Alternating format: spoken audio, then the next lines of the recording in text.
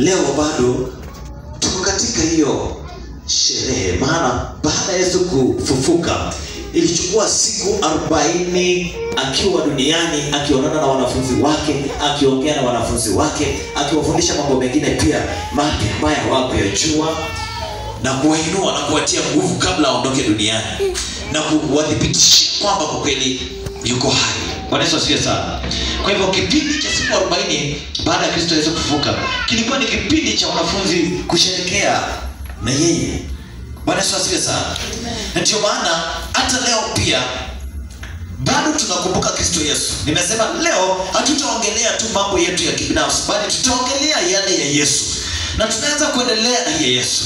Kama kuna injili ambayo inahitajika kuhubiriwa, kama kuna kitu kinaitwa injili. Injili sio kuhubiri kwa ajili ya mambo yetu tu. Injili ni habari za msalaba wa Yesu Kristo. Kama kuna injili, the gospel is about the death and the resurrection of Jesus Christ. That is the gospel. That is all we need to remember, to be empowered, kutiwa nguvu na kukumbuka kuhusu msalaba, kwamba kunaye aliyekufa na akafufuka. Bwana Yesu asifiwe sana. Bwana Yesu asifiwe. Bwana Yesu asifiwe. Kwamba kunaye aliyekufa na akafufuka.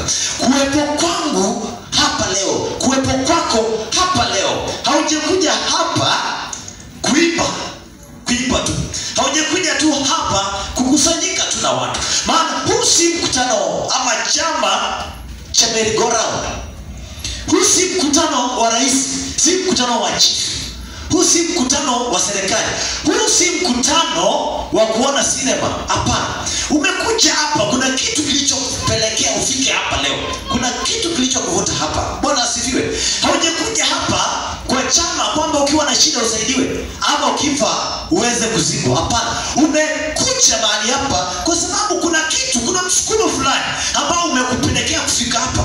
Msukumo ambao umekupelekea kufika hapa sio shida zako, na haistahili kuwa shida zako. Sasa zingine watu wanaingia kwa ibada ama kanisani kwa sababu ya shida zao, kwamba ili Mungu akutane na mahitaji yao, ambapo si mbaya, ni vizuri, lakini hiyo si kusudi kubwa. Unapokuja Mungu akutane na mahitaji yako, hilo sio kusudi kubwa, sio sababu ya wewe kuingia mahali kama hapa. Sababu ya wewe kuingia mahali kama hapa ni kwa sababu Kristo Yesu alikufa akafufuka. Bwana Yesu asifiwe sana. Na anaishi. Kama angekufa na abaki kule jehanamu, ama abaki kule makaburini, ama abaki kule kwenye mauti, haungelikuwepo leo hapa. Lakini ni kwa sababu alikufa ndio na akafufuka. Bwana asifiwe sana. Bwana Yesu asifiwe. Sisi wapendwa ambao ama waumini ambao wanakutana siku hii ya Jumapili, watu wengi huwa wanamisquota, hawaelewi ni kwa nini. Bwana Yesu asifiwe sana. Bwana Yesu asifiwe. Amen. Bwana Yesu asifiwe. Amen. Hawaelewi ni kwa nini. Wacha tuingie katika maandiko, kitabu cha Matthew chapter 28, Mathayo 28:1. Nitasoma mpaka 7. Mathayo 28:1 hadi 7. Matthew 28:1 up to 7. Maandiko yanasema hivi: Now after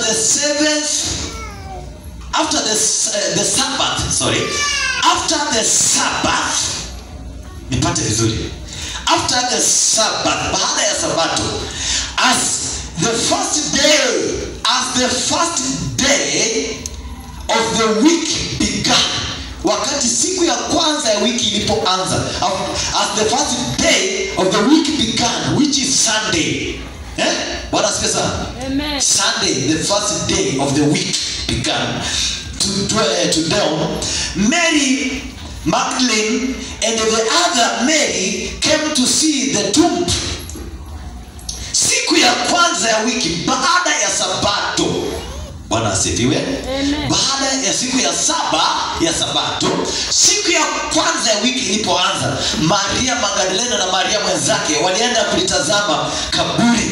Biblia inasema, and behold, there was a great earthquake, for an angel of the Lord descended from heaven and came and rolled back the stone from the door and sat on it. Na tazama, jambo likatendeka siku ya kwanza ya wiki ilipoanza. Bwana Yesu asifiwe sana. Bwana Yesu asifiwe. Yani baada ya siku 7 kukamilika, siku ambazo Mungu alikuwa amewapa wana wa Israeli za kupumzika, siku ambazo zilikuwa chini ya sheria ya Musa ambaye Mungu aliwapa wana wa Israeli kupitia kwa mkono wa Musa, siku ya Sabato, siku ya kupumzika. Hiyo siku ikakamilika Kristo alipoenda kaburini. Hiyo siku ikakamilika Kristo Yesu akawa amepumzika pale kaburini. Hiyo siku ikakamilika. Ilipokamilika Yesu akafungua mwanzo mpya. Bwana Yesu asifiwe sana.